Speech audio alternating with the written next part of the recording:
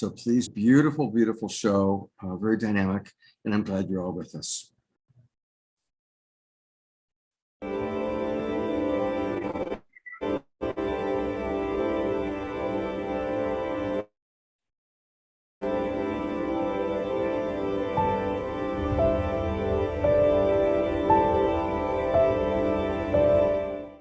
What if I were to suggest that you play a key role in the awakening world?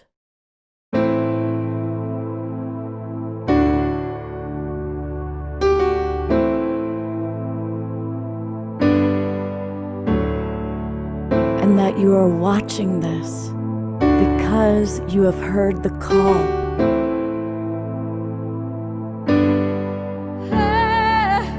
We can start right now by opening our hearts and minds.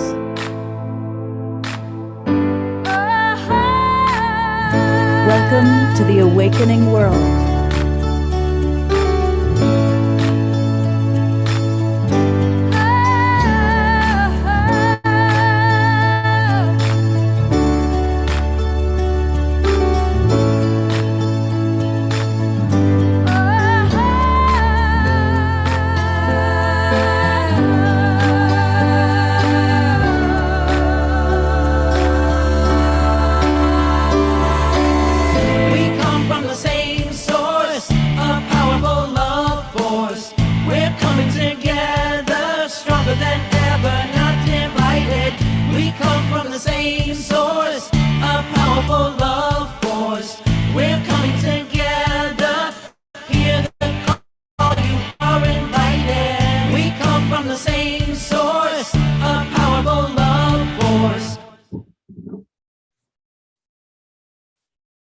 Good evening, everybody. Welcome to the Awakening World Friday night edition. I'm your host, Love Coach Scott Katamas. I want to welcome everybody that's in our Zoom room, and I already see a lot of our dear friends, and I also see some new friends with us.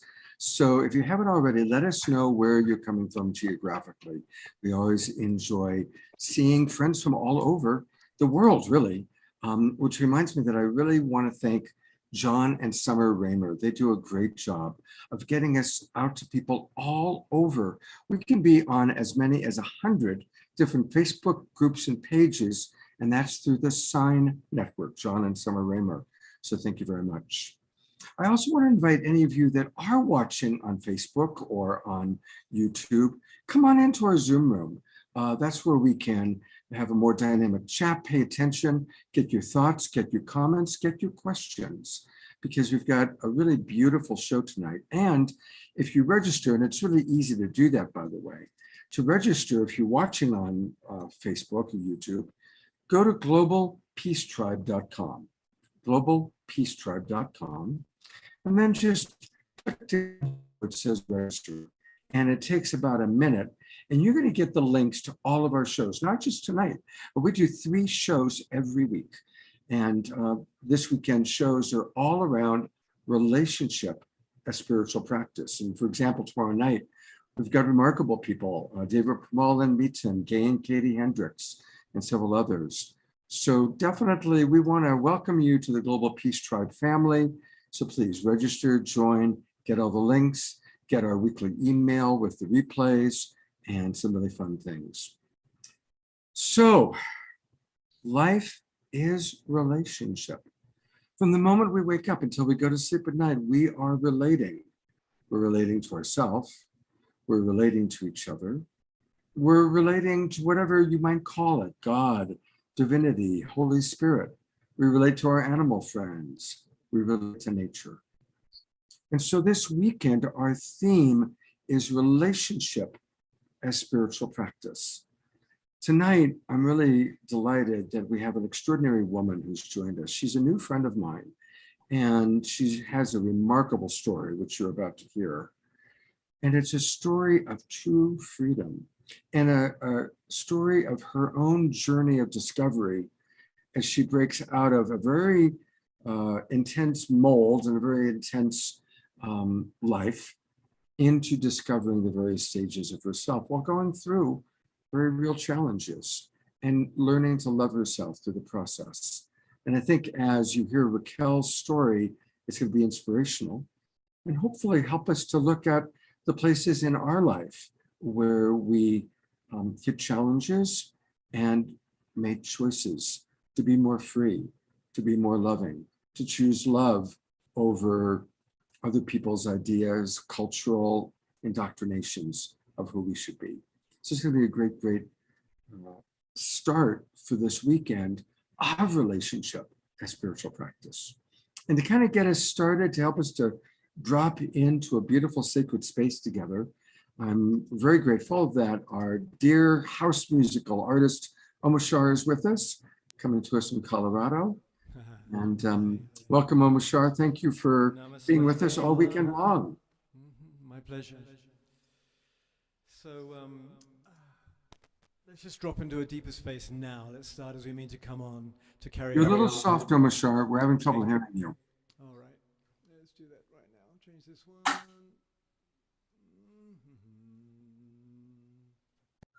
So I was just saying, let's start as we mean to go on. Let's drop right into the center of our heart and allow this song, One Heart, One Mind, One Soul, to take us a little deeper. And namaste and aloha to everybody. Such love from my heart to your heart.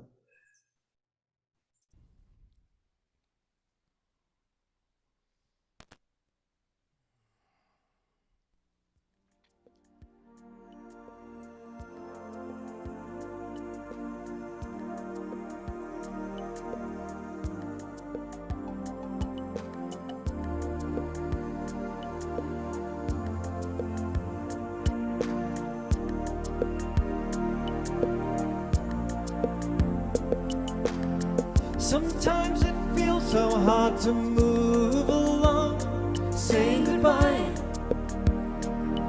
to yesterday. Take heart, my friends, there is a new song bringing us back to our homelands. When something troubles you, just call out my name. I am the one who loves you. Be still within. Hear what I say. Give me the chance to be with you. We are one heart, one mind, one soul, working together to heal. And there are no walls between us now. It's a celebration of union. So when you're feeling down and on your own, take a look around. I am in everything. Give me your burden, walk into my arms. I will lift you up, I will hold you. One mind, one soul, working together to heal. And there are no walls between us now. It's a celebration of union.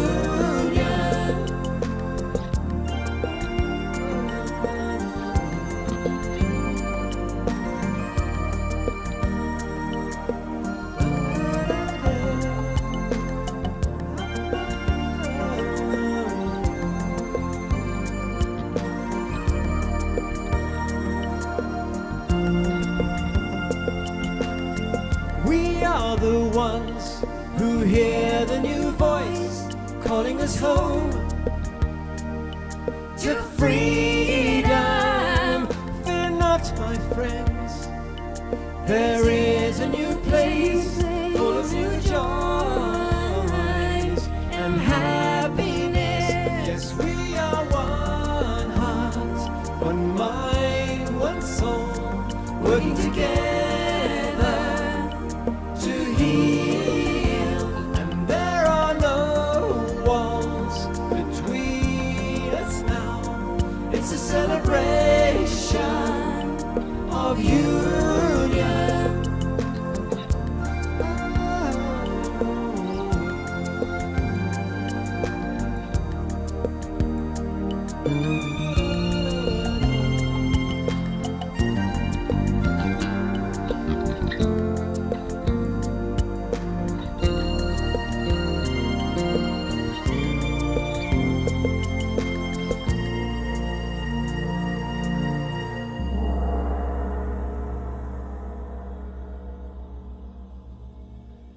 love that little gong song, the little gong thing at the end. That's I like a know, new, right? yeah, how, it's beautiful.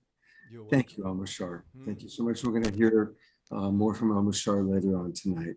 my And pleasure. thank you, my friend. It's so good to see so many of our friends. I love seeing you moving and dancing. Tangela and Krista and Eleanor Joy and Jeffrey and all of you. So it's good to have you all with us. All right, I'm going to put the spotlight on our very special guest who is blessing us with her presence and really sharing deeply. Some of you have seen her on the show before. She's been on a few times, and she was in the role of her role as professional astrologer. In fact, she's a fourth generation astrologer, and she has a very multidimensional approach to astrology. But tonight, Raquel is going to go beyond her beautiful abilities as an astrologer, and I've asked her to share her story with us as I got to know her and her very unique history. I said, that's a whole show in itself. We do that sometime. And she said, well, I said, please. And she said, okay. So thank you, Raquel. And again, I'll come on camera for a quick sec. And we're framing this, and again, as we listen, look, we're here on this world to learn to love, starting with ourselves. And so I believe that Raquel's story is a story of ever increasing self-love.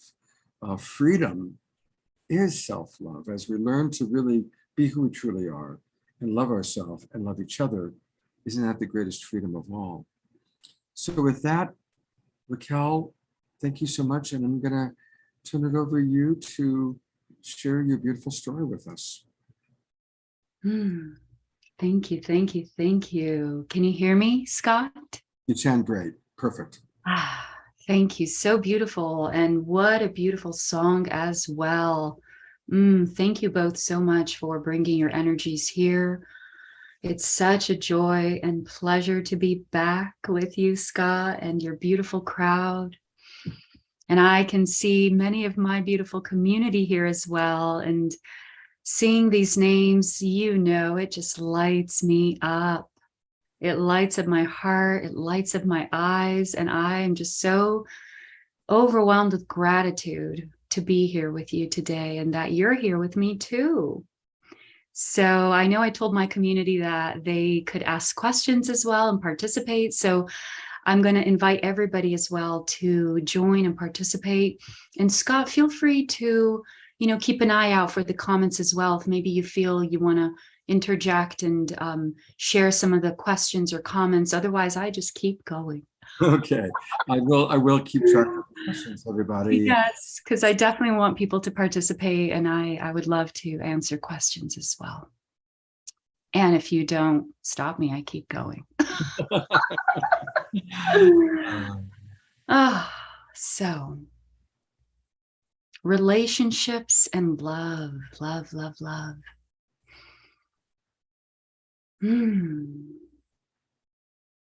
I want to say that, when it comes to relationships, I just want to start off by saying that we all understand to some extent that the concept of relationships is where two people can come together in union, right? Complementing each other and just creating that balance and that oneness. And if you stop to think about the concept of union in a relationship and how important it is, right, for all of us, at the end of the day, that's what we're seeking. The starting point of all of that is really to have a firsthand experience of what union is before you can even attempt to go out there and create it with someone else, right? Mm-hmm. Yeah. And I had to learn the hard way, just like many of us. And I'm here today to share some of my story with you about my extraordinary story of freedom. Now, like Scott said, the ultimate freedom that we can have really comes from that place of love. And the love that encompasses all, that is all. And this is a very, very, very intimate experience with self. And so I was blessed to have a life full of contrasts that really initiated this process for me of love, self-love, and relationship to self in a very profound way.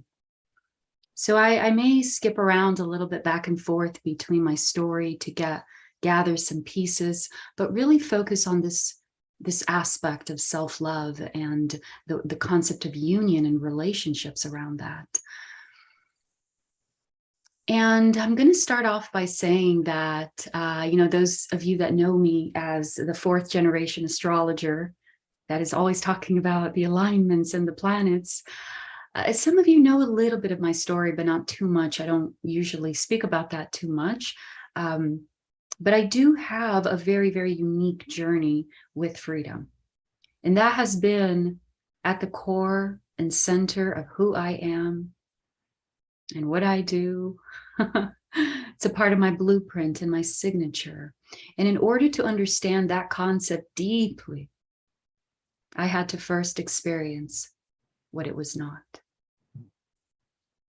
And so in many ways, I like to see my life as a series of events that created the necessary environment for me to experience the very opposite of freedom.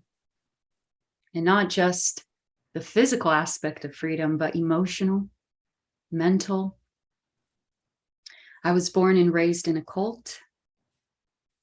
And this is always a starting signature of who I am and part of my story, because it really it occupied most of my life here in this timeline. So I was born, my parents were part of this cult, and I was in it for 27 years of my life. So I didn't know anything else. I didn't know life beyond that. And it was its own little world and planet and environment, and in many ways its own prison. We were not allowed to have contact with the outside world. It's so funny. Sometimes I wonder if my parents watch me talk about this, how they would react. They know it's true. And I come from a place of neutrality, and there were many important things for my journey in that time of my life, in those 27 years of my life. But it was also a very controlled environment. One of the core purposes of the cult was to prepare for the end of days. So as a child, I remember being really, really, really young and going through very intense things that children should not have to go through in preparation for these end of days. When we were taught, since the day we were born, we were taught that we were born to be martyrs and to die for our faith. So we were trained for that. Wow. And I remember at the age of 2 being spanked because I was showing signs of fear. And we were not allowed to show signs of fear. It was very much like an army. They used to call us the Army of Jesus. There were songs around that. We were trained in very specific ways that many would call brainwashing. But then again, we all have our experiences with that, our own set of programming and brainwashes that we have experienced. And even as I share these parts of my story, I want you to know that I'm only sharing this with you so that you can relate to the parts of my story that you find significance in your journey. Because in your own way, you also went through brainwashing, programming, abuse. And so this is not in any way to come on and be like, look at what happened to me. This shocking event. This is one of the reasons why I hold back a little bit from talking about my story, because everybody wants to immediately go about on the life on the cult. And yes, there are so many stories. I mean, I could write books on every aspect of it. That was just unbelievable. But that's not my focus. And so I want to just really remind you as we continue that I'm only sharing this because I know today, I know that I had to go through such a deep contrast of what that prison was, so that I could know what it was like to also be on the other side. And know that with the same intensity that I experienced one I could also experience the other with the same power, with the same intensity. So I knew that my path was very unique in that. I remember being very, very young. And even in the cult, I was very lonely. I was very alone. Even in the cult, I was considered an alien in the sense that nobody could relate to me. I couldn't relate to anybody, even my own family. My family dropped me off at the age of 11 in a sort of a concentration camp, if you will, for other teens my age. And there were like 50 to 100 of us, just the actual children from, I want to say I went there at age 11. So around 10, 11, all the way to, I believe, 21 was when you reach the full maturity into adult. And we had like different ways that we were separated into groups, and we had specific trainings that would revolve around our groups. So my parents left me there because that was the right thing to do at the time. And at age 11, I was disconnected from my family, and pretty much have been ever since. And so going through things that were so intense and so drastic, I now remember crying to God so many times and asking why. I look around, and even the children in the cult around me don't seem to be going through things as intensely as I am. So there was always this next level initiation that I was going through, or so it felt, from a very early age. And I remember asking God, why me? Why are things so intense with me? And I remember receiving, because you are going to lead many people one day.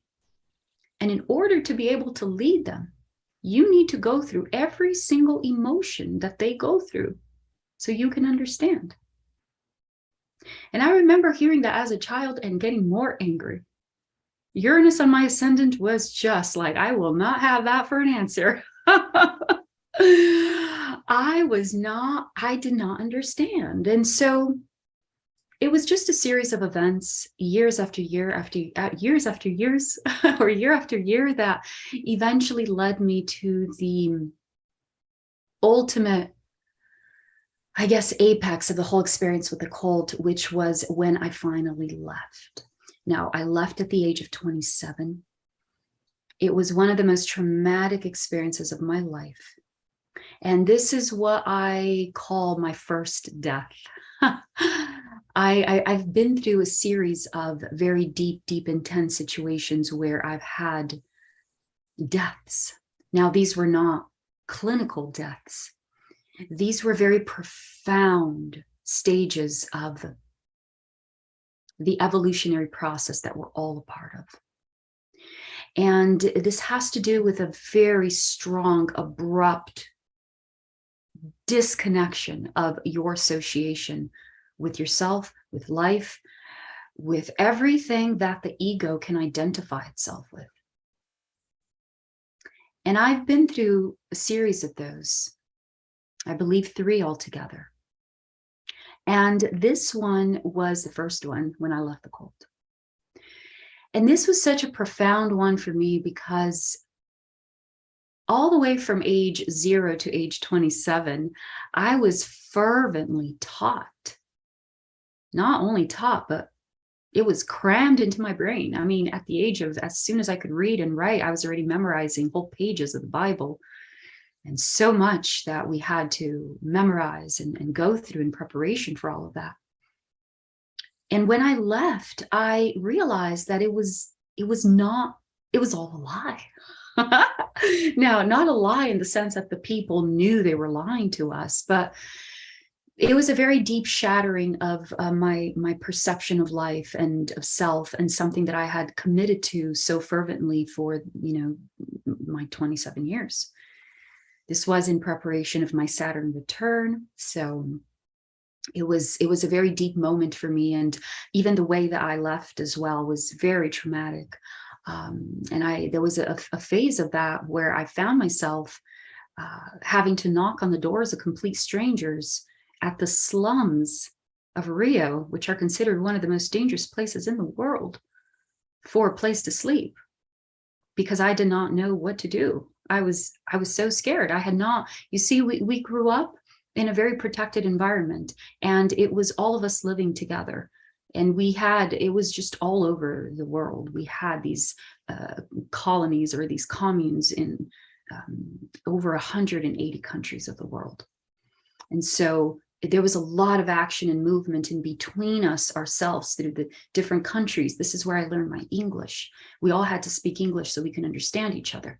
But we lived in these huge hippie-like structures, these old like commune type of environments. And it was intense. I remember growing up, being in my early 20s, and we were always a phenomena to everybody. There was always academics and people wanting to study us, and people coming to visit us, and then being so curious and fascinated and wanting to join. And I'd be like, you don't want to join. I tell them, if you can live with other people, I guarantee you can do anything in life. I guarantee you. Fact, because it's already hard enough to live with your own family, or with your own spouse, right? Your own children. It's already hard enough. Now, can you imagine living under the roof? Now, of course, we lived in big either farms or country houses or even mansions. I've already lived in, we had to be in big places that would house a lot of people. But it was always 50 people was like the bare minimum. It was always close to 100. 70 was the standard. I remember the most I've ever lived with was 125 people. And it was a house that was so big that they even had an elevator in the house. Who creates an elevator in the house? Anyway, memories, just so incredible. And so living with so many people. And I would be like, there was no peace. I remember thinking to myself, I just want silence. I just want silence. There was always lines for everything, for the bathroom, for the food. And it was so intense. And then, of course, the different standards of living, what people considered cleanliness, what people considered respectful, not respect. I mean, it was always so intense, and it did not stop. So it's so funny because even nowadays I see so many people wanting to come back into community, and I think it's so beautiful. But sometimes I look at people and I'm like, you don't know the reality of it.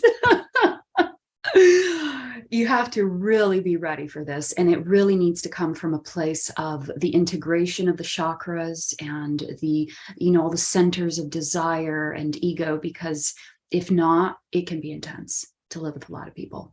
So, Raquel, I would love for you to share your steps of gathering the courage. yes, to, like before. God kicked me out. It was beyond my control, and that's why it was so traumatic. I had no control over the situation, and I was literally kicked out on the streets with nowhere to go. Wow. And that's why I was left knocking on the doors of slums and complete strangers that look at me and thought it was a spoof, and they couldn't even believe that I was knocking on the door asking for a place to stay. They did not prepare us for the outside world. They did not want us to be prepared for the outside world because they wanted us to be inside. So we were not allowed to have contact at all with the outside world unless it was to do the mission, raise money, and so forth. So I had no clue how to get around and I did not even know what to do when I was thrown out in the streets. So that's where my death happened. I had no courage. It was my time to go.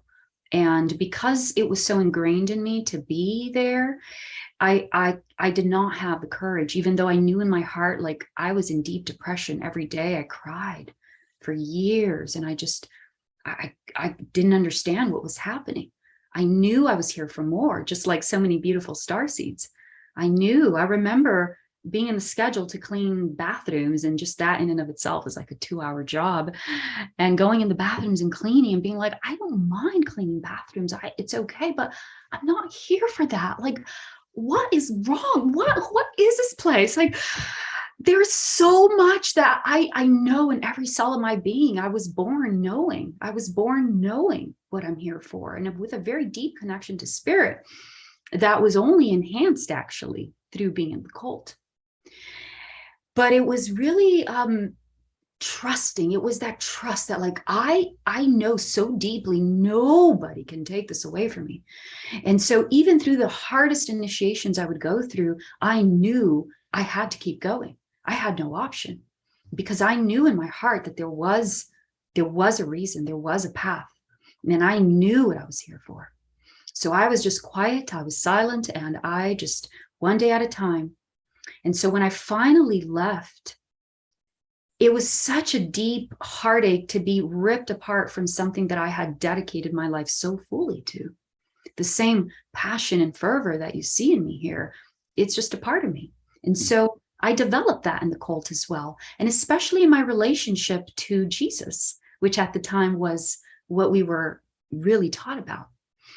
So when I left, it was this very deep sense of loss and betrayal. Betrayal from the one being that I trusted and I gave my all to. In spite of all the temptations and the desires of the outside world, I was firm in my knowing, and I was dedicated, and I gave it my all. And it was all a lie. I was so deeply, I remember my heart ached so bad, and I would just wail, and like if I lost a loved one. The thought of that Jesus wasn't real, and that was my understanding at the time, or that all that was a lie, and that everything that I had so fervently dedicated day after day, hour after hour, year after year of my life to build, it was all a lie. And it was all in a blink of an eye, it came undone. Everybody I knew, everybody that I had sacrificed part of myself to help, to be there for, right? Like every bit of my story up until 27 years old, nobody could care less. It was as if I had died. And that's how it felt as well. Nobody wanted to talk to me. I was out. And my family, I don't even really know. My family was all over the place. I grew up without my family, so it was only a year later, after going through this death for like a year, that I finally reached out to my mom. And my mom just felt my energy. I didn't even speak. My mother's very intuitive. She just got the phone, and I said, "Hi, Mom." And she said, "Raquel, come over here now." She said.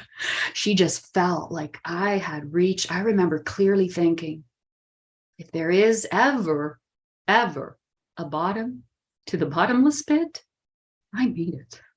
I made it. I'm here. I literally felt so frozen with the overwhelming pain of it all, the accumulation of all those 27 years, and the complete dissolving of that. I had no orientation to myself, to life, to others. I had no idea where to start from. I was dead for all everybody cared. I didn't even know how to go out there and where to begin from. So it really was a very profound experience for me on many levels. And that was the beginning of a new phase of my life, where I really, from the bottom of the bottomless pit, I remember one day thinking to myself, I remember just lying in bed. I didn't even have a bed. It was a mattress without sheets on the floor, and that was my bed for a while. And I remember lying there and thinking to myself, if there is ever a bottom to the bottomless pit, I've made it. And just sitting there. That's it. I have nowhere to go. And I want to just emphasize this space, because this space that I started to sink into is a very, very important phase of this death process, because I was there again after this, a few years later. And being able to really understand this point of the journey as a sort of a zero state, where you receive a reset. And it quite literally is psychological too. You know, I'm sure there are different chemistries in your brain that just kind of fizzle out and fritz out, and there is some sort of a short circuit or whatever it is, and there's a reset. There is a loss of perception, a loss of identity, a sort of disorientation, a complete numbness, but not even the numbness of the closing your heart. It really is just a zero state.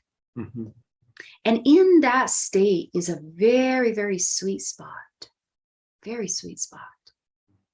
And I want to emphasize that for anybody hearing this right now, because I know that many of the listeners that are here with us tonight have already experienced in their own way the zero state.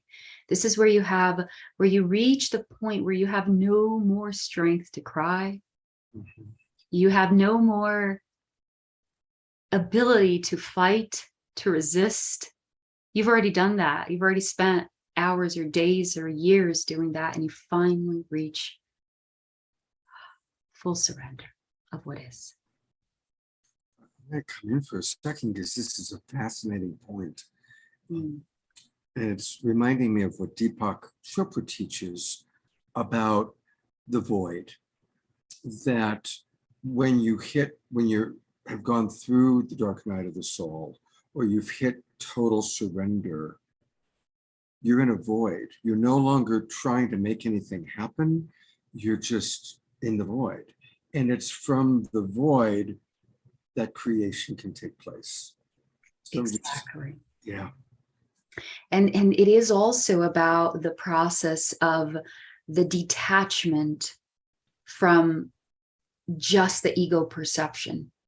Because as you're going to see, as my story progresses into freedom, this is a very crucial part and one of the very first beginning stages of even being on the path of freedom is your ability to be in that state of what I today call non-attachment. Now, this is a really beautiful state because when you start to become aware of the state, not necessarily as death or the loss of the identity or the loss of the ego, but really as a different place, a neutral place of being, you start to see everything differently. You start to relate to life differently. And when you can relate to life without that strong attachment to things, you're already in a different dimension. This is the dimension of freedom. The very first beginning stage of being on the path of freedom is your ability to live every moment of your life in complete presence, in complete passion, but without attachment. And this is attachment to the story, to the identity in the story, the need to have that be a certain way. And I want to invite the listeners here to really reflect on that and even use this as an experience in your life. Take the opportunity when you can. If something comes to mind now, you can do it now, or tomorrow or later as you go through your day. And just notice that moment where you feel unhappy with something. Doesn't matter what it is. It could be that someone left their plate and didn't wash their plate, or it could be that the person didn't call you back, or whatever it is. Just notice that thing that you feel upset about. And after you notice that, ask yourself, let me play around with this. Let me use this as an opportunity to play around with non-attachment. Can I go through the situation? Yes, I would still very much like this person to call me, or I need this person to complete this task as they said they would. But can I go through this experience without the attachment to the outcome? Practice that. This is an emotional state of being. And you're going to find that for some things, it may be easier than others. And as you go through this exercise, you can see yourself really how many things we have attachments to at the end of the day. And you're also going to notice that when you release the attachment to that outcome being a certain way, and you still go through the experience, you're still very present, you're still expecting the call, and you'd still like to have the experience, right? But you don't have the attachment. If it doesn't happen, you are not giving your emotional power away to that situation, and fear and frustration, which ends up just backfiring on your body and your emotional field and so forth. So if you can go through your experiences with that, you already are well on the path of freedom. And that in and of itself gives you a really strong sense of power. And not just a sense, it's an experience. Because what's happening here is that instead of giving your energy away to the situation, giving your power away, you are conserving it. You're using that energy to better reflect on the situation, to make decisions, to engage if need be. And so you start to operate on a whole other level. And this is why I emphasize key parts of my journey. And this zero state is one of them. I was blessed to have the experience of this very profound death that happened 3 times in my life, where I was deeply, deeply in a state of death. And because of that, it was my gift in it is that one of them is that I've been able to really understand this aspect of non-attachment, the nature, the transient nature of our experiences. And so to be able to appreciate every moment, the beauty of every moment, really be able to go through every part of your experience, but without the emotional attachment to it. And if there is one gift that I can leave with you to the listeners here tonight, it's that. Practice that art of the art of emotional detachment. This is how I like to call it. This is the very first step toward freedom. Because when you're able to learn about your power and not give it away in situations that are, it's just low frequency and it's coming back to you in disharmony and dis-ease and so forth. So when you are able to just reach more of that place of neutrality, you're more in your balance, you're more in your power. And from this place, you are absolutely able to access the wholeness, the self-love, which you're going to see how it comes next into my story here. How are we doing, Scott? Good. You know what? Let me read a couple of the comments because we just got some people sharing a little bit. And I think you'll find it interesting to hear what people are sharing. Yes, I would. And how, what you're inspiring. And here's a question too. Ron writes, when I was in the US military during Vietnam, 50 years later, I still have dreams about being in the Army. I'm wondering if you also have dreams about still being in the cult. Not at all. I feel like so much of my emotional memory around it has been evened out. It's been balanced because I went through so many different stages of the whole death and the reprogramming, if you will, and the healing and the love and all of that, that I can definitely revisit those memories if and when I want, but I don't have the torment of the dreams and memories in that way. It's a blessing. Eleanor Joy writes, when you talk about expectations and attachment are a noose around our neck. Yeah. Ayada writes, Raquel, I can sure relate to part of your story. At age 17, due to a series of traumatic events, I ended up homeless on the streets of Vancouver for 6 months, entering the void and ego death for sure.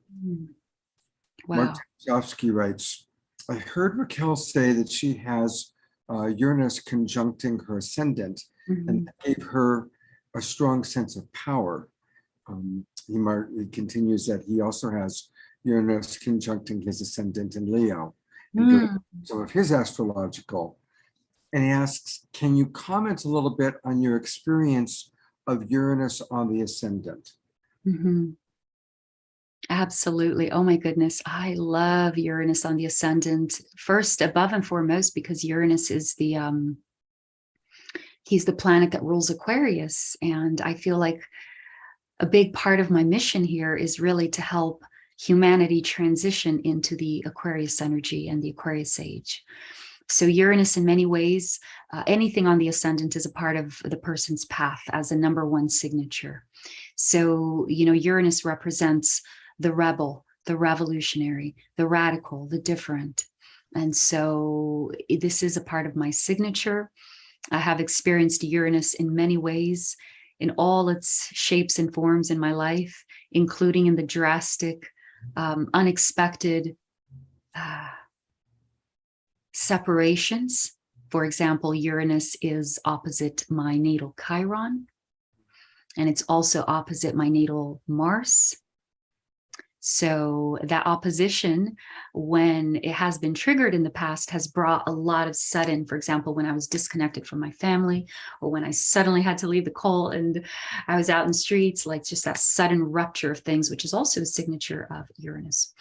Now, today, the main feature of Uranus is the activator. Uranus is an activator, and this is why my presence activates. This is why when I speak about astrology or my life, it doesn't matter what it is. I'm carrying the codes, the frequencies of activation through my presence. Beautiful. Thank you. I have a question for you. So you were raised for 27 years to believe in Jesus, and you had this experience of Jesus, and then extraordinary disillusionment. How did your relationship to Great Spirit, whatever you want to call it, how did it kind of rise from the ashes of that? Well, that's a great question, and that would create a very good segue into the next stage of my story. So if that's okay, I can also continue. Yeah, perfect. Yeah. So after leaving, I was extremely traumatized with anything that had to do with spirit, with God, with religion. I did not want to get close. So, I went through a very profound journey of closing myself very drastically to anything. And I made it loud and clear to the heavens and the earths that I was done. I had wasted 27 years of my life, or so I thought, and it was all a lie. So leave me alone. Don't get close to me. I'm going to take care of myself for once in my life, because I was brought up for 27 years learning that I had to be there for Jesus and for others. Let me be for myself now. And that's where I was at.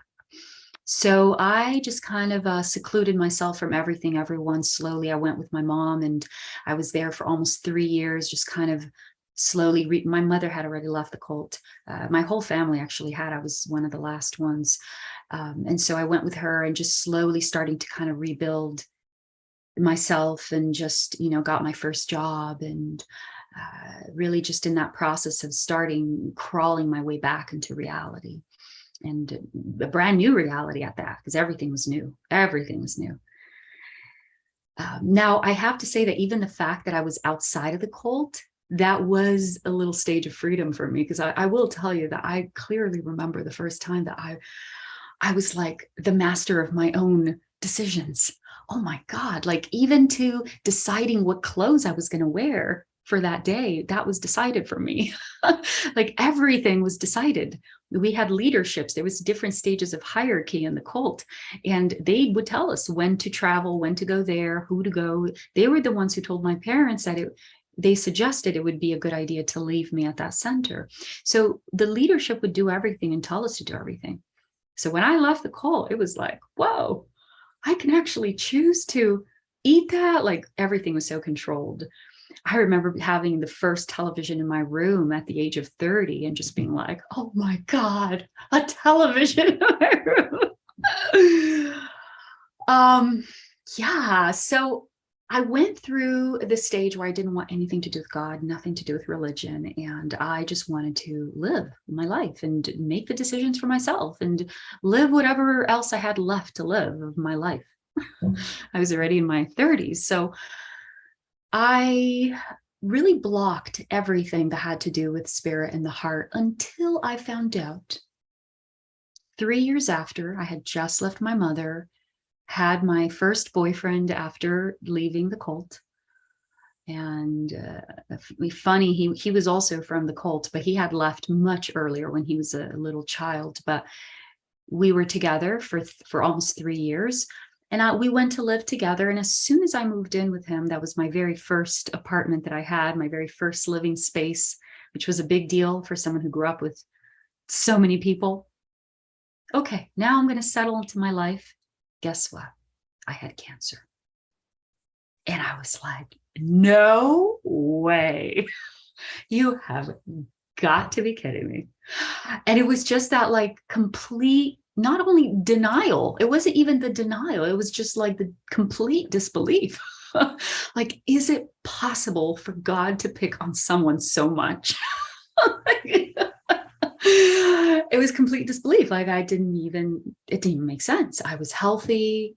I always, even growing up in the cult, we had a very healthy diet, and we never took any vaccines. It was just very pure. And I was young, it didn't make sense. So after my initial stage of disbelief and the doctor affirming that you need to have surgery, you need to take this out, like this is, if it goes beyond this, it can be dangerous for you, it started to settle in. And Scott, that was when I opened the door again. It was beyond my will at the time. It was literally this another state of like, I don't know what to do. And it was that part of me that reached for something deeper. Because at the end of the day, whatever I was going to have to go through, whether it was surgery or chemo or death, I still needed to get to the bottom of this. And that is when I opened up the door again. Now, it was a very slow process. This process of me opening the door lasted for about 1.5 years almost, where I finally surrendered, because I opened the door by going to Louise Hay's book to look at the energy signature of what that meant in the body. And that was how I opened the door. And when I opened the door through Louise Hay, and I found out that it really had to do with holding the vibration, the signature of deep pain and rejection, man, I looked back and I said, oh my God, well, starting with when I was 11 and my parents left me at the center and never saw them again. I mean, and it was just over and over and over again. The first boyfriend that I had, I was very young, 18 years old at the time. So traumatic, the entire experience. It ended up with him trying to kill himself in front of me, ended up in the hospital. It was a huge deal. I mean, my life was just a series of events after events after events. It was just so intense and traumatizing. And eventually that all lodged inside my body. There were also series of events from the leadership, from the adults, from the people that raised us that had brought me so much pain and had lodged in my body. And at one point I had to come to terms, even after crying and kicking and screaming and being like, but they did that to me. And I did my best and I gave it my all to God. And you could have all the perfect excuses that you want. Okay, it's not about how good you were or how right you were in any situation. In those moments, you notice that life doesn't look at it that way. And at one point, I had to take full responsibility that the pain and the disease was with me.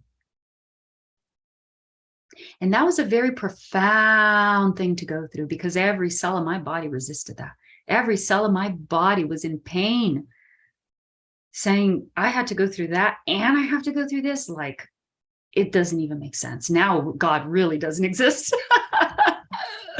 So I realized that at the end of the day, the person carrying the signature of the pain was me. And it really came from this very practical and real sense of responsibility with, well, if I'm carrying the signature of the pain inside my body to the extent where it has developed into cancer, then the only way out of this is really through my own process of letting go of that pain. This is the only way to let go of the energetic blockages. And it's not about pointing the fingers to them. And they could even care less. They didn't even know everybody who had hurt me and so forth. And so it really was, I was left in this very zero state again with God, where I was like, okay, and God, whatever my perception was at the time, but just, okay, The pain is with me. I still don't understand what this is all about, but I know that on some level, I need to forgive and I need to let go of this pain. And I started a really, really, really, really deep process that today I understand this as being a process of self-love.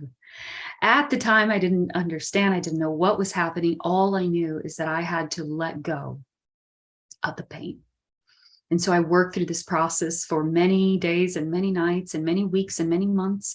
And for some people, it took a few years, where I literally brought up the memory of every single person that had brought me pain, rejection, abuse. And I had to bring each one of them in front of me to know that I was really being able to do it. And I had to be able to look at them in the eye and say, thank you, I love you. Not because what they did were right, no. But because I knew that on some level, they were helping me grow. And I knew on some level that the only way to move beyond that situation was to go through that process.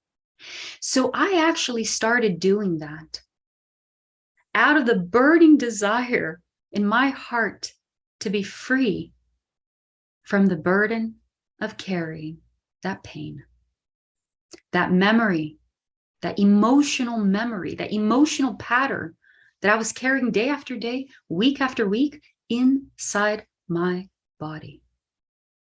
And I wanted that freedom so much that I took myself to the deepest place of forgiveness that I could. Now, I didn't do this because I read a book and someone told me you have to do this. It just came instinctually, naturally. And it was such a profound moment for me because that was the very, very, very beginning of everything. And today I see that that step was so necessary for me because in the next stages of freedom that I went through in my own spiritual acceleration, as I call it, it was only possible because I had a massive heart opening happen in the year of 2013. And having cancer was the very first stage of it. It was the very first step that allowed me to even consider opening that door. And the extent that I had to open that door of my heart to experience love to the extent where I could forgive on that level. And not only forgive as in like, okay, but also love. Also find it within myself to have gratitude for the experience. It just opened my heart in such a big way that I did not foresee this coming, but that was the gateway necessary for the next level experiences to come through. So 2013 actually was the beginning of a window that I went through for a couple years of massive spiritual evolution that happened because of that self-love experience. So question, Rumi, the great poet, speaks a lot about the heart breaking open and to use the pathway of the broken heart as a spiritual pathway. So would that be accurate that you just the combination of the cancer and everything, your heart finally just broke open, and instead of going into contraction and victim, instead you use that pathway of the broken heart to love at a whole new level? Absolutely. Yeah. Scott, I want to also emphasize this. It's a very beautiful thing that you're sharing here, because even as I reflected back on my life and all of the profound initiations that I've been through, I noticed one pattern that always remained the same. And through every initiation, every experience, every death process, when my boyfriend at the age of 18 tried to commit suicide, that was so traumatic for me. Like every stage of the process, somehow, miraculously, I always managed to keep my heart open. Now, there were moments where I tried to close, like, I don't want anything else to do with spirit or spirituality, or like, with men. I went through profound, every single one of my relationships was one initiation after another in very traumatic ways.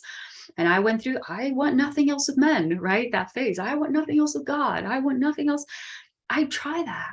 And every time I tried that, my body literally could not take it. It's almost like my body was designed to not live in any other way. And I noticed how if I did not keep my heart open, my entire body, my being would just start to shrivel up, and I'd just start to feel like I was dying. And so that became my lifesaver. And even having cancer, which was a massive spiritual intervention in my life, and a very drastic one at that, they always came at the right moments to not let me close my heart. And so I cannot emphasize this enough, of having an open heart as you navigate the experiences. This means that as you go through your moments where you experience the pain of your moment, because I know many of us are going through very profound experiences right now, it's okay to feel the pain. It's okay to feel whatever emotion you're feeling. Just don't close your heart. And so this is really about being able to navigate your experiences, for as happy or as intense as they may be, and really be able to go through each one of them with a relaxed body, relaxed breath, and relaxed heart. Now, of course, each situation calls for a different level of relaxation, but overall, it really is about don't contract. This is the automatic survival mode that we go into, is to shield ourselves from the pain. And it's become such a programmed over and over and over again for so many thousands of years that it's instinctual. We feel the slightest bit of threat and we go into fight or flight, right? We contract. And when we do that, we not only do that energetically, but we also do that biologically. And so our cells are just operating in this much more constricted environment. So yes, absolutely, Scott. This is really about understanding the relaxation, the surrender. Even today, I had to remind myself, Raquel, remember, be like water. Adapt yourself. I always tell myself, adapt yourself to every moment. And so, yes, there is a beautiful, beautiful playground of creation that we get to at the stage of freedom. And we absolutely experience ourselves as creator. But there is also a beautiful balance with receiving every moment as it comes. This is part of the path of freedom, and also the ability to live passionately every moment, but not be attached to it. Does that answer your point? It's really, really beautiful what you're sharing. I'll come on for a moment. How are you doing? We're at 8:30. Do you need a little bit of a break? Do you want me to bring? I'm good to keep going. I mean, do we have any questions coming in, or do you? I think people are pretty spellbound. Yes, wonderful. Yeah. I always tell my students, I have a school, an astrology mentorship program, and I get into these states and I get like this about anything. So when I get into my flow of astrology, I'm like, God. And then I stop and does anybody have any questions? No questions. Yeah. No, right now. That must be a good sign then. You guys are good students and I'm a good teacher. No questions. Do you have any questions, Scott? I have a question. Yeah. So any practical tips how to keep the heart open? You know, when something hard is happening, there's that natural impulse to want to contract, maybe to even want to go into victim. Yes. Now you just say relax and keep breathing and let go of attachment. So those are good tools. And maybe that's enough. But is there anything else that comes in as a way to keep our heart open when we're going through, a crucible? Yes. Oh, there's so many stages of it. Oh my goodness. There's so many ways to keep your heart open. I think it really depends on the situation. It depends on what stage you're in. But initially, the very initial stages, let's say that something is happening there at the moment and you are with the person or with someone on the phone or you're in the situation, I think the first starting point is to just pull back, just remind yourself to not get so sucked into the moment. Mhm. Allow yourself to just be the observer for that moment. And it's very easy to go into a place of noticing how misaligned the person is. And we're not denying that there may be a misalignment or there may be a misperception going on. But I always find it helpful when I bring it back to myself and I become aware of what and how I'm feeling. Not even in a let's take responsibility sense, but even more of a practical sense, because I find, after going through these experiences so many times, I've noticed that there is this like series of events that happens when you get into a stressful situation. And there is an order that they start to escalate from. And the beginning stages, it usually has to do with us and the breath. And it has to do with that contracting aspect. And it happens so quickly that we don't even really consciously notice it. So if we just take the time to notice how our breath is shortening, how our body is contracting at the moment of the experience, we can already be aware, and that's already a huge step. Because after you can be aware of that, you can go through the next stage, which is to consciously open your field and relax your field and open your heart. Now, you can do this at the moment if you feel ready for this, or maybe you may need to do this later when you're on your own, when you're in your meditation, or just on some more silent time for yourself. But at some point, you're going to take yourself from that stage, which is the beginning stage of like noticing, wow, this is how it's affecting me right now, or this is how it's beginning to affect me. Wow, oh my goodness, look at, wow, I can feel my heart. Oh my goodness, I can feel my body. And then from that state, you can then also aware of your body. In the next stage is you start to work with this energy, and that's where the breath comes in. And these are all tools. These are all tools that we have, and there are many other tools. I'm sure maybe others of you here can share if you have any tools that help you to reach that state of relaxation and being in the heart. But this is a really good one to, in the second stage, when you start to focus on your breath. In the beginning, depending on where you're at with the situation, you may want to focus on your breath together with the situation. And so you're really using your breath as a tool to not bypass the experience, because it's so easy for that emotional, energetic blueprint to lodge in your body. When you contract it, when you stop breathing, boom, it gets stuck there. So what happens when you get yourself to that state of the breath? You are circulating the energy. Sometimes, depending on the situation and how I'm feeling at the moment, it requires a little bit more of a vigorous breathing. And that helps, and being consciously aware of the emotion. When you just take yourself through that as long as you want, as long as it takes.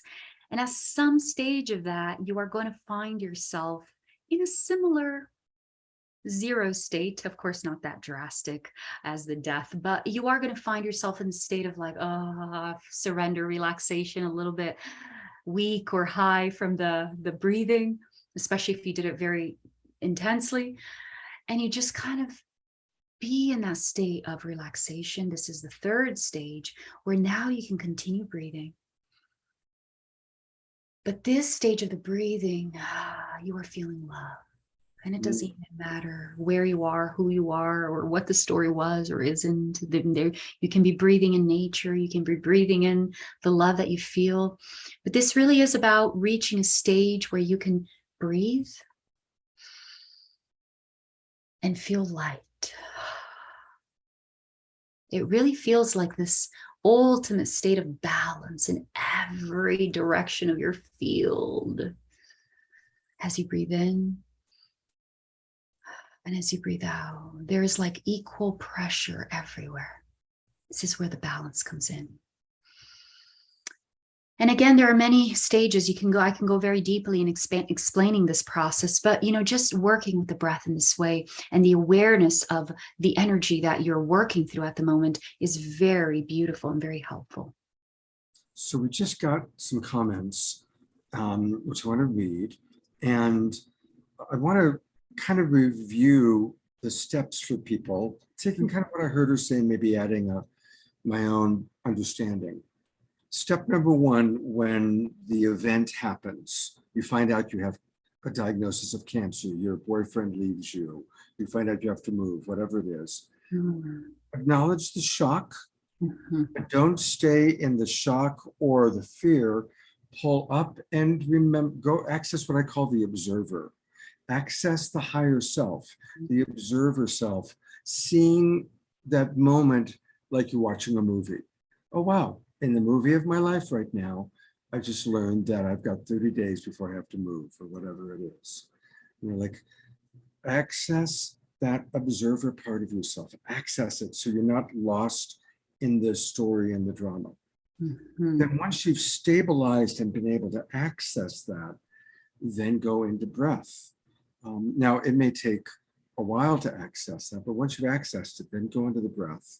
And remember that we've learned that trauma is stored in the body, it's stored in the cells, and you cannot release trauma through talking. You can only release trauma through sound and movement.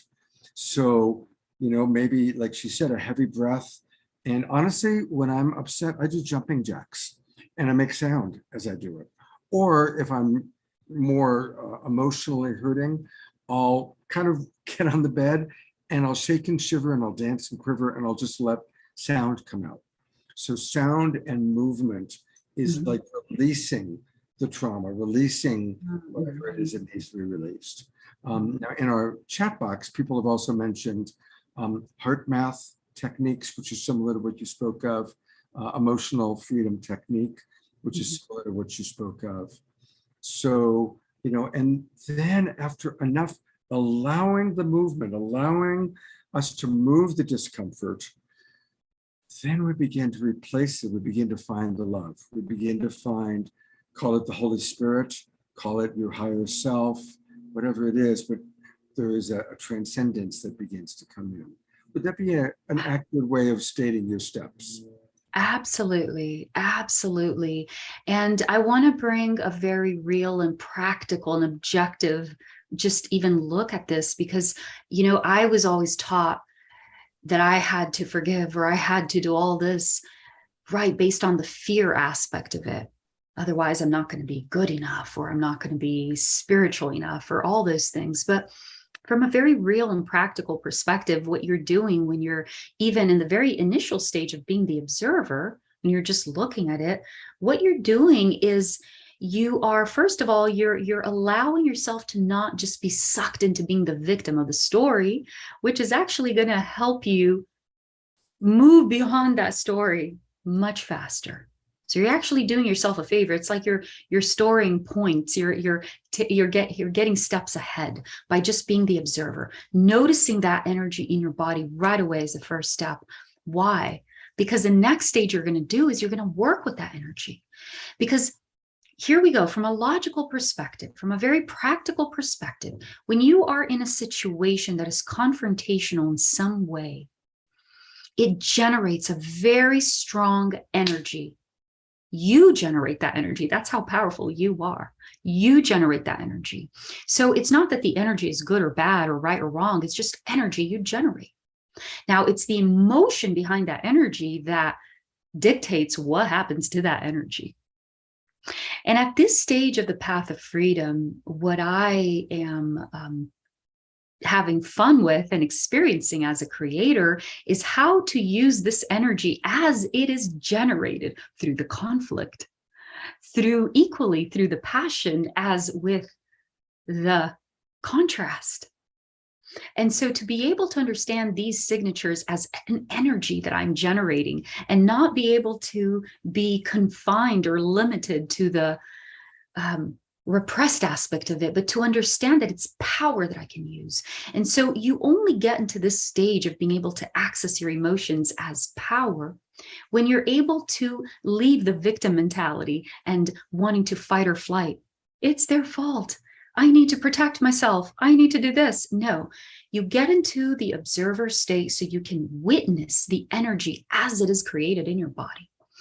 And even though it was an intense experience and there's all this emotion, it's still energy in your body.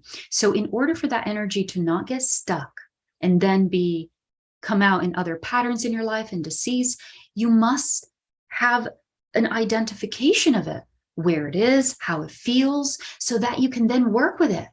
And so then it's okay. It's power, it's energy, it's emotion, it's teaching you something, it's showing you something. And in that sense, you're not scared of it.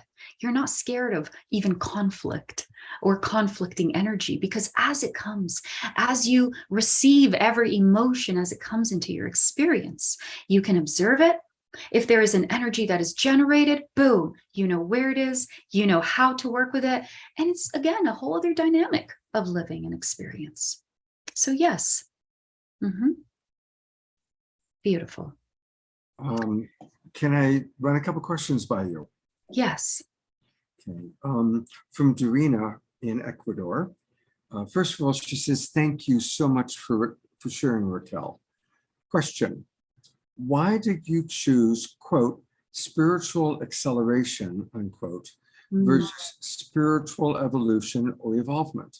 I personally like to refer to this process as a spiritual unfoldment, as this gives more space and opportunity for higher self and advanced heart intelligence and even cosmic mystery to express itself through us versus our own egos wanting to evolve faster. Absolutely. Absolutely. And the reason why I say that, and thank you for that question too, I usually explain every time I use that term, I usually explain after why I use it. But so thank you for asking. But the reason why I use the spiritual acceleration is really because my entire life has been an unfolding of the spiritual evolution ever since I was born. And so I've had very profound experiences, even some that I've shared with you, Scott. Remember the sun, and even at the age of 15, I was awoken by the sun, as I like to say it, and I've had profound out-of-body experiences, more than I could possibly even fathom or count or remember. And it's just been this ongoing spiritual. My life has been more in that reality than in this physical reality. So when I reached that stage of my spiritual evolution, what happened is that a door was opened really wide.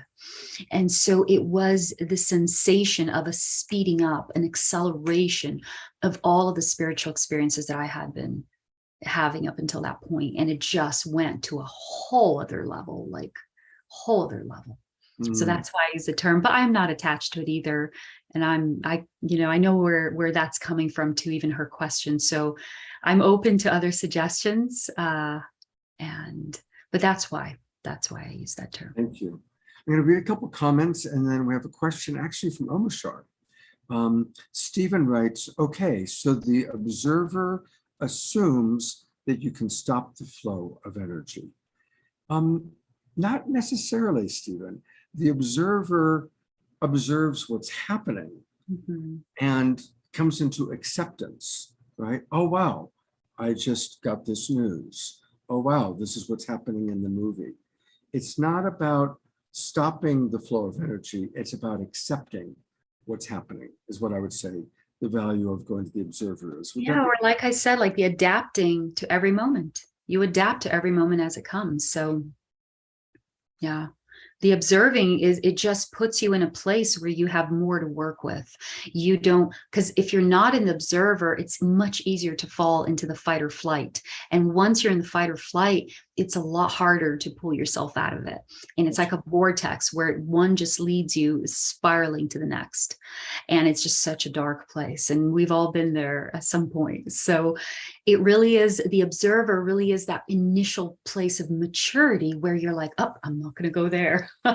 So you're observing the situation instead of reacting to it. You can observe it so that you can then respond to it. Another way of putting it from a biological standpoint, she mentioned fight or flight. When we go into fight or flight, when we go into the reptile brain, when the reptile brain takes over, because we're in victim mode, we have very limited options. When we're in reptile brain, our only options are fight, flight, freeze, or fawn. Those are the only things we can do. Yes. And none of those are particularly effective unless we really are in physical survival, which is rare. Most of the time, we're not in physical survival. But when we go into observer, we're actually in a different part of the brain. We're in the frontal lobe, which is the empathy center of the brain, and the observer part of the brain, where we can see the big picture. And from that place, we can actually make healthier choices. We have many, many, many more options of how to manage this situation than if we're stuck in reptile brain. So that's the way of putting it. Exactly. And again, it's not about good or bad, right or wrong. It just really is a stage of evolution that we're at as humanity. So biologically, we're having these massive upgrades purposely so that we can receive more of our awareness, more spirit into the physical experience. So even the aspect of being able to be the observer or have more self-control over our emotions, have more emotional intelligence. These are all preparations for our biological body to reach a level of maturity and evolution, physical evolution, to hold that much awareness in the body. I hope I wasn't too complicated there. Ron gave a wonderful example just now. Yeah. So I'll read it. He writes, I've been through two very traumatic experiences in my life, a near-death experience in 1984, the death of the woman I loved in October 2019. Oh, I know, Ron, I know. Ron is a dear member of my community. Much love to you, Ron. I feel you, my dear brother, in my heart. So what's the question? Well, it's not a question. It's actually, he's sharing his process. Those two especially, but also a few others, have brought me to a point where I see myself as a golden ball of light first, and then the breathing comes in. But the light is what I always go to first in order to ground myself, to feel peaceful. Because once I do that, the only thing that really matters is love. I might start by feeling like Humpty Dumpty. The shell of my body has become so completely broken open that the only thing left is love. Beautiful, beautiful, Ron. Thank you so much for sharing that. We all have our unique code to this, to access the state. And some of what I'm sharing may help, but others of you have your own way. And I'm so grateful, Ron, for you sharing this, and anybody else also that wants to share how they get into that state, because it ultimately, more and more, I'm seeing that there is no one way to do it. There is no right way to do it, but it really is about the experience of what we need to go through in order to reach that state of remembering, right? And for some people, it's going to be the visual, the visualizations. Other people, it's going to be the feeling, the tangible. Other people are very audible, and like with music, sometimes I know people that will listen to frequencies and immediately they're in that state. As soon as they wake up in the morning, first thing they do is boop, put the frequencies. So it really is about finding that secret code for you that allows you to access that. Thank you, Ron. Omashar had a question, and I'm going to go ahead and just put the camera on you, Omashar, so you can ask it directly. Hi, Omashar. Hey, Raquel. Thank you. Yes, I'm being totally wowed by your experience here, and it just repercusses through my being, because there's one of us here and we're all helping each other to arise. And I had an experience, a deeply heartbreaking experience, a couple of years ago. And I noticed as it was coming, it was just so all encompassing that I saw myself burying it as it was coming up. Literally, it was so much, and I could feel my everything was just coming up for me just to burst into, I don't know, 1,000 stars maybe. I'm getting prosaic here, but I noticed I buried it. And I'm wondering where I buried it. Where did it go? And I know that somewhere I'm carrying it, and I don't even know how to access the emotion anymore to find out where it is, if this is even a reality, to free myself of it. And maybe it's a generic, I don't know, I'm not going to shut up right now, but do you have any clues as to how I can dig it out, or do I need to dig it out? Or, it's interesting bringing it up and sharing it. Yeah. Mm.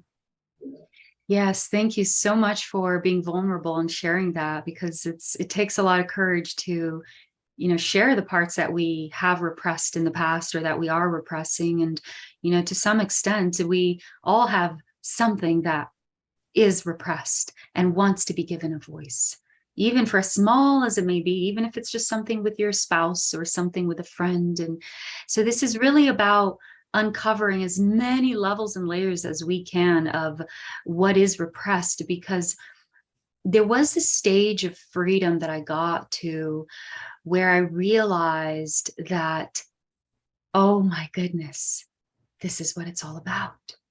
It's about living with a light heart. Freedom is living with a light heart. You have a light heart, you have a light body, right? And it's in that state of lightness, quite literally. It's a tangible lightness that you feel in your body. It literally feels like it's pounds or kilos, as they say it in my home country in Brazil, lighter. So there are many levels and layers of uncovering what else am I repressing. Sometimes if you want to go deep, you'll notice throughout your day, there are things with the people around you, the people you work with, the people, your loved one, your beloved, that you go by, you notice something, but you don't say it, you repress it. So it really is about being aware, and you can be aware of that by your body. This is a really key part. The more you develop the self-love, when I opened the door to my heart in 2013, in that moment, and it was a long process for me, I started to simultaneously develop a very intimate awareness of my body. An intimate awareness means that I am hyper aware if there is an iota of density in my field that I'm just not used to it. It's not part of my signature. And if there is, I am hyper aware, and it's like, my whole field goes into alert so that I can pay attention to that. So you do reach a stage where you are very aware of your body as a natural byproduct of a deep sense of self-love, self-awareness, where you're not doing it because you have to, okay? You're not doing it because you have to remember, oh, let me see where the energy is. No, you don't have to remember. You just naturally do. You're aware of it. So one way, in light of this, one way to know is, do you have pain in your body? Do you have any disease? Do you have places where your body may be revealing signatures of that density? Because we may not know exactly where it came from or the emotion, but we see the physical manifestation of it. Mm-hmm. Sometimes a backache or a tooth problem that has just been so repetitive. So the body definitely communicates. And the more that we train ourselves to be aware of the heart, love, freedom, the field, this lightness, I cannot live any other way. You ask me how I'm like this, I literally cannot live. It's just been so many years of being familiar, being aware of this state of lightness that if I'm not in it, I can't. So it really is about, that's why the self-awareness in the beginning, noticing the moment, is just a very basic starting principle of self-love. You're allowing yourself to be aware. I'm thinking, Raquel, that I guess I have a fear energy coming up again about if I don't solve this specific buried emotion, I'm going to not be free in some way. And so I'm getting that maybe I don't need to go into that specific emotion, but I can just go into where my body's feeling the tightness or contraction or illness or dis-ease or whatever. Absolutely. And deal with that. So it doesn't necessarily have to be situation specific. No, even because that situation that you experienced is connected to another. Of course. And that is connected to another and another and another. And many times it actually is better that we don't go to the experience because we can get so lost and the ego can go back to the identity of the story. Yes. And it really is also sometimes the experience is an opportunity to open another door. So for example, the cancer to me was an experience, was just the beginning for me to have the deepest heart opening that I had. And so even your own experience in your own way was a catalyst for you to realize the things that you realize today and to be in the path of self-awareness that you are in whatever stage. Another way that you can be aware of this energy signature is by repetitive patterns in your life. People that are coming into your field and just kind of co-creating the same experience or the same feeling for you, like, oh, there it goes again. So these people are reminders to you of, oh, that's it. It's that's the signature that you're holding on to. So if that's happening to you, that's also another clue of where you can go to for more information if you feel that's necessary. Thank you so much. You're very welcome. And don't be afraid of these experiences. You know, I always talk about this as making peace with the Black Moon Lilith.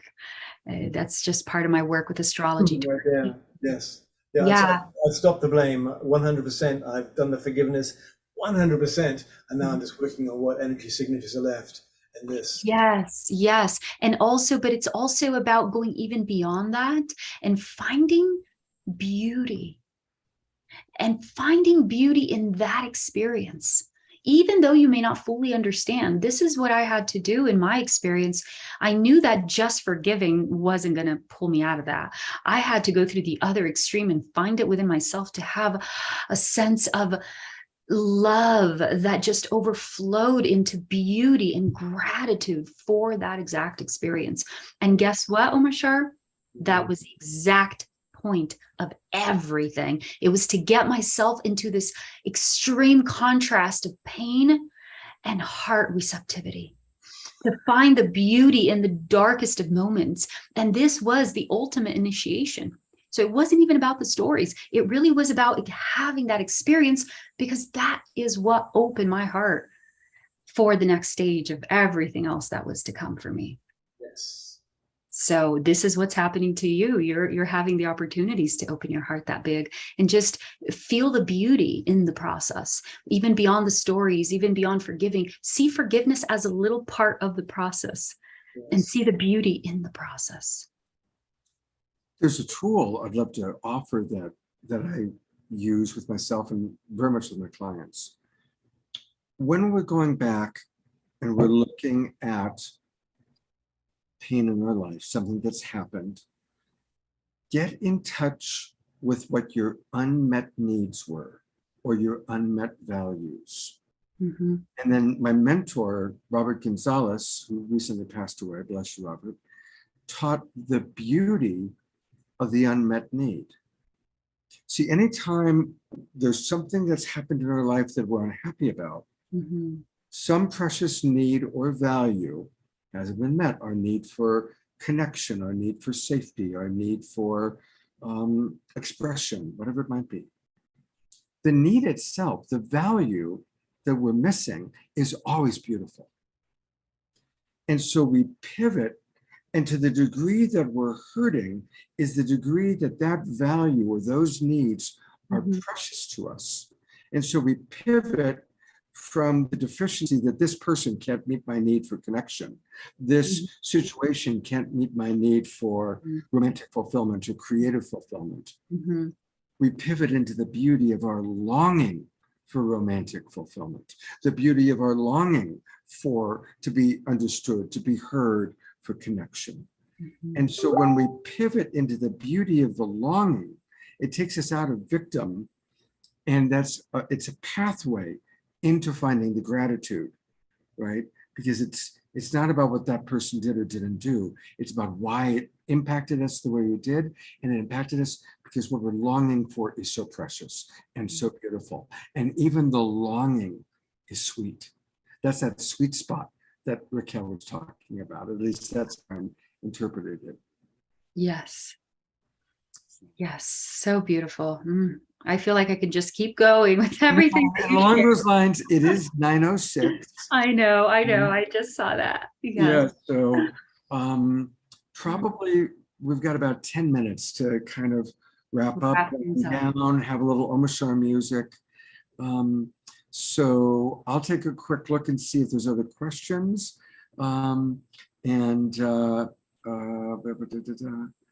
Just we're getting people that are really appreciating. Oh, Mark has this. Here is a protection mantra given by a friend of Paramahansa Yogananda, Reverend John Lawrence. In the name, through power, and by the word of Jesus the Christ, a wall of living flame is built around me, and I'm thankful for this great protection. Beautiful. Mark. Thank you. That's beautiful. So all right, I'm going to disappear myself and Omashar so that you've got a few minutes to conclude, for now, your beautiful story. Obviously, next time we've got to turn this into a day long. Scott, yes, I had the pleasure of meeting Scott in person a few weeks ago, and we got together just to meet each other in person, and I shared a great part of my story with him. And yes, I had the honor of sharing that much about myself and my life. And Scott, there's so many different stages of my spiritual awakening, evolution, and my work with astrology and who I am. And I want to thank you for this opportunity to share this much, because this is a lot. And this already is enough to give the viewers and the listeners in our community here a lot to meditate on and feel into. But in closing, I want to really bring this to the beginning aspect of union, right? The relationship, and ultimately the relationship to self.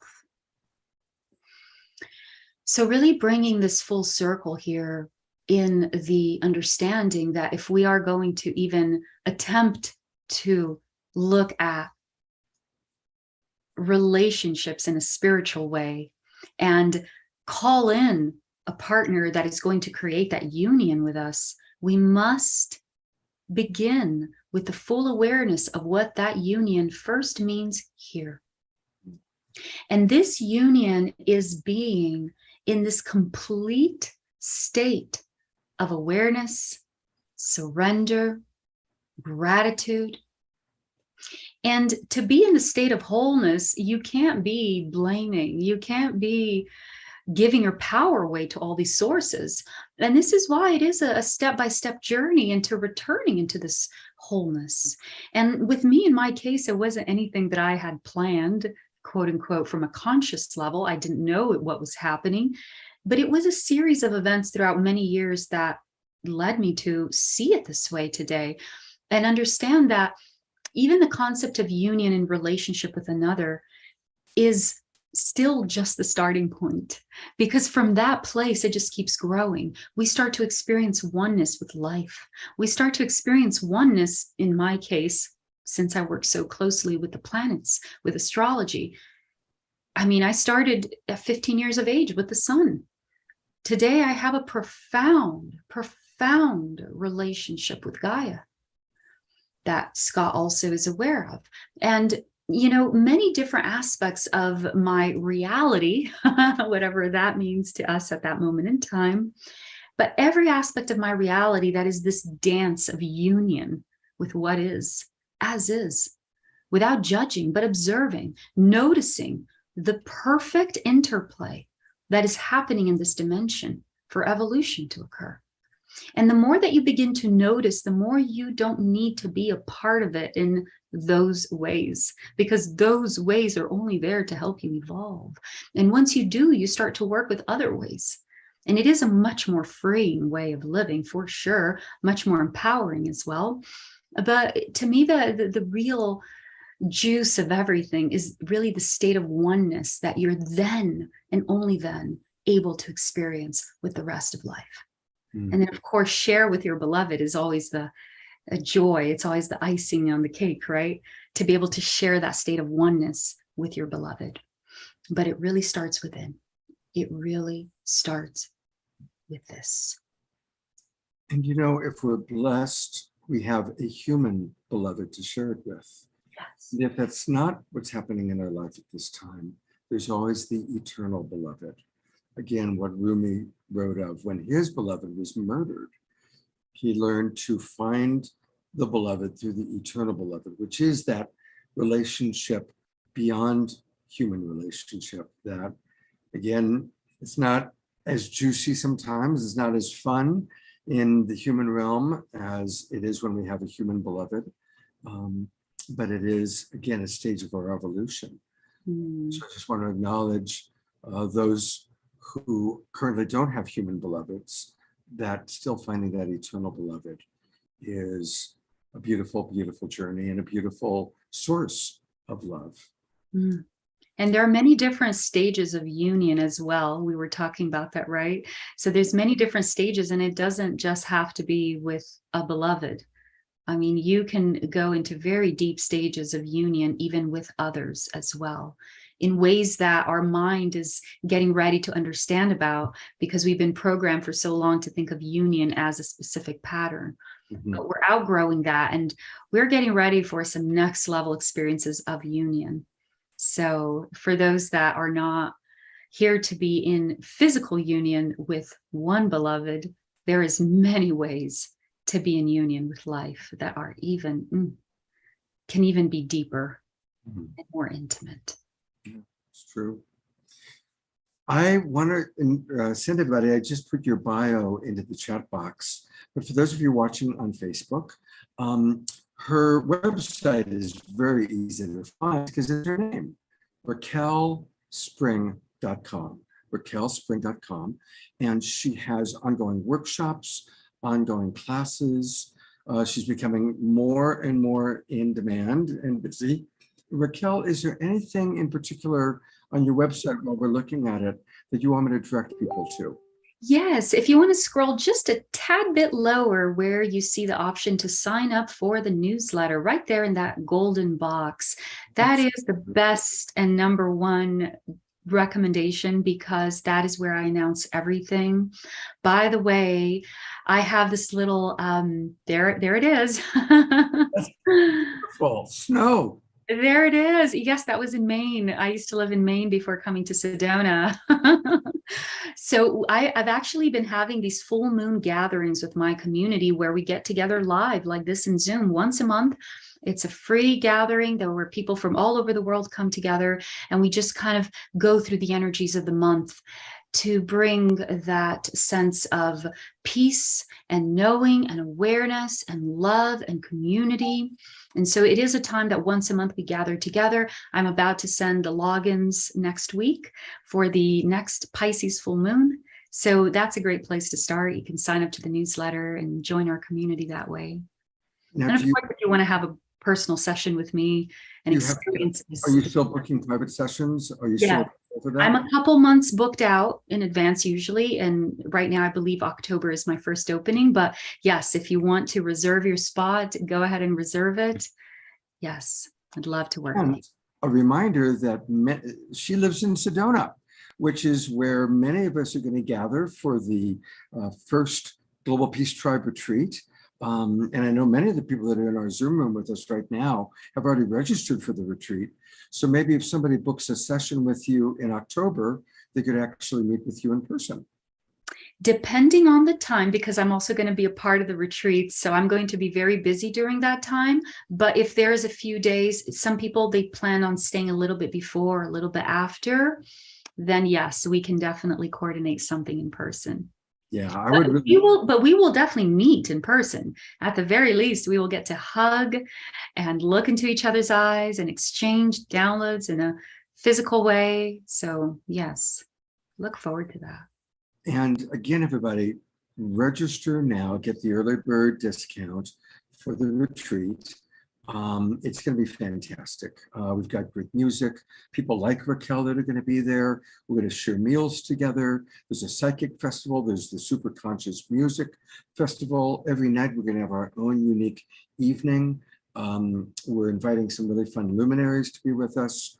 And definitely for those of you that are traveling, come early, stay later, because once you're in Sedona, it's such a magical place.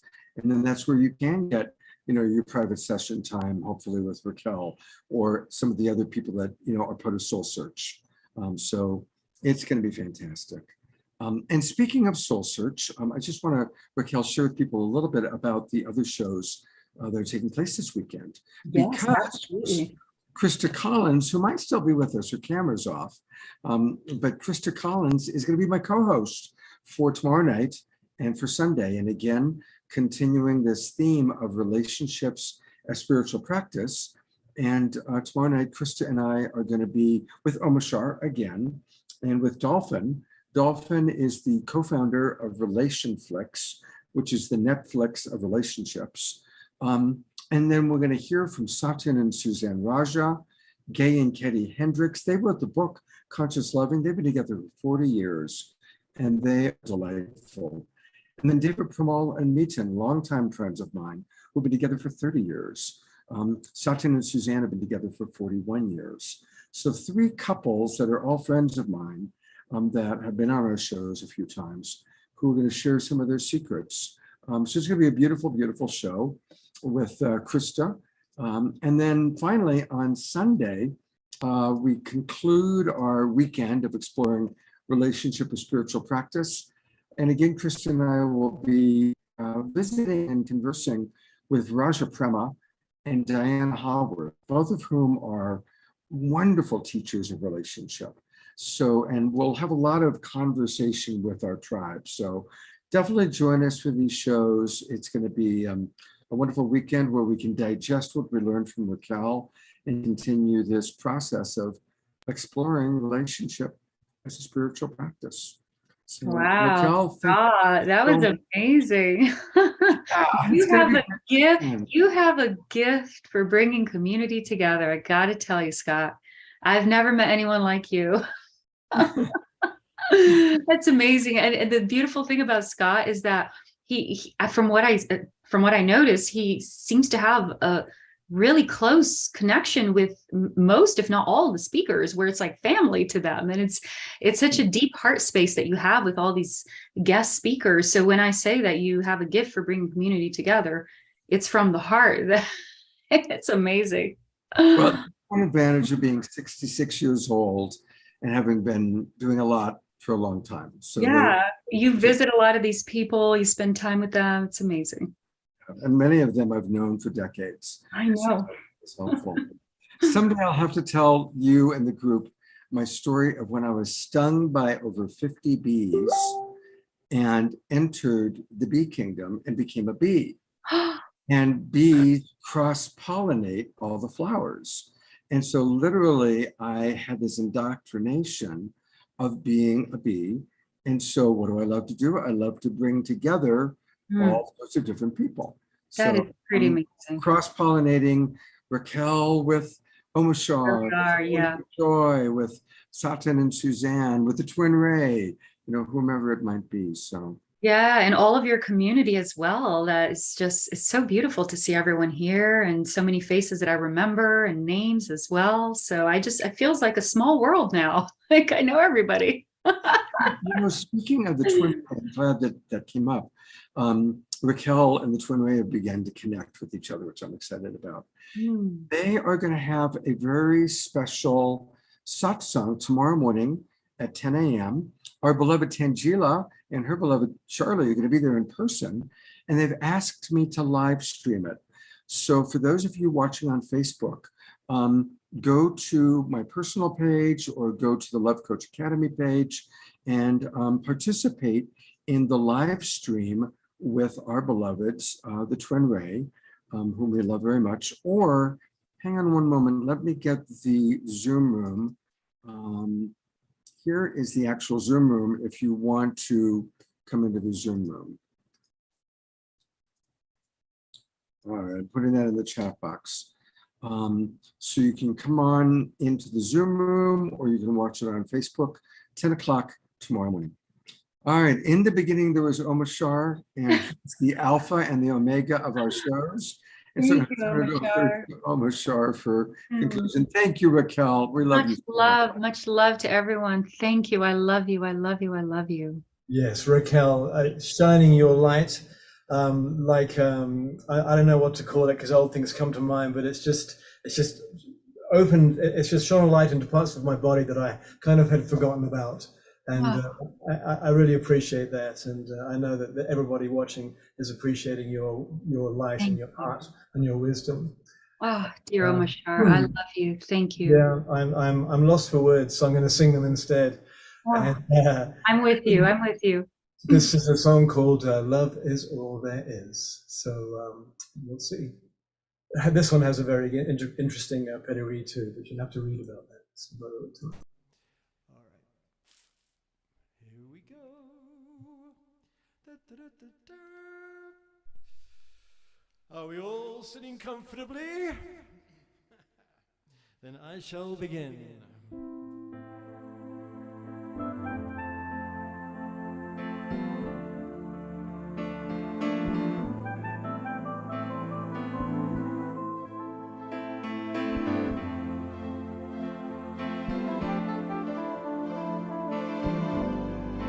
Love is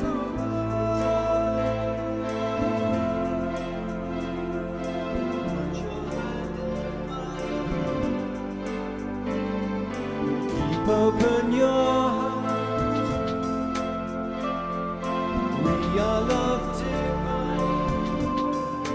Love is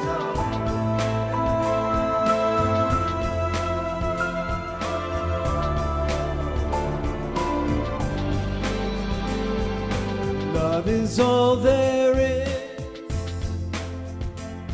Love makes you feel good. Love is perfect. Love is all there is.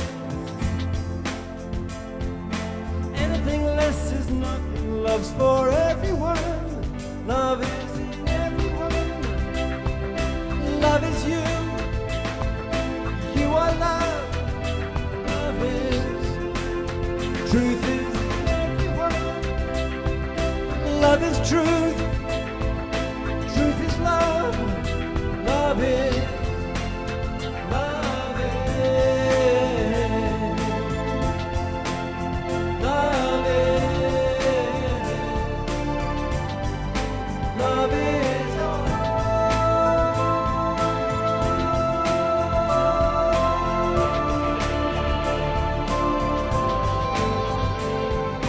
Love is not a dream. Love's all there is. Love's what we live for. And this love lives in you, touching you, guiding you. Love is in everyone. Love is you. You are love. Love is. Truth is in everyone. Love is truth. Truth is love. Love is. Love is. Love is.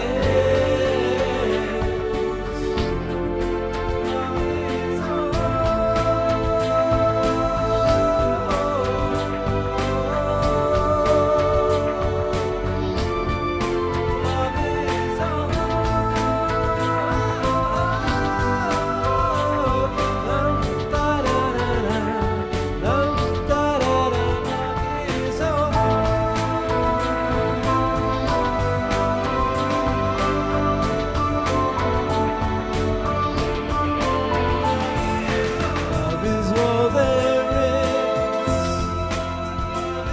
So put your hand in mine. Keep open your heart. We are love divine.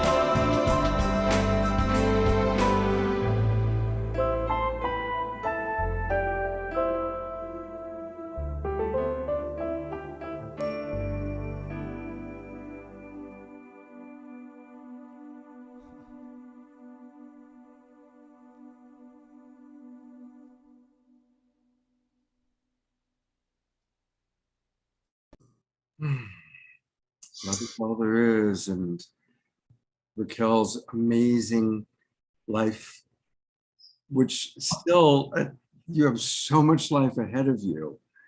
And thank you for being such a beautiful example of leadership in the new paradigm and bringing so much love to our world, Raquel, and Omashar, through your music, through your precious heart, and everybody watching on the Awakening World. What a beautiful tribe we all are blessed to be a part of. Yes, we love you, Scott. Thank you so much. I love each of you. Consider yourselves activated. Consider yourselves with your heart open just a little more. This entire experience over here, this entire time together really was for that. It was to help us open up a little more, open our hearts a little more, and that has been accomplished. So thank you for joining, for being here. Beautiful. That was perfect. Thank you, Raquel. Thank you. Good night, everybody. Hope to see you tomorrow night. Have a wonderful weekend. Talk to you soon.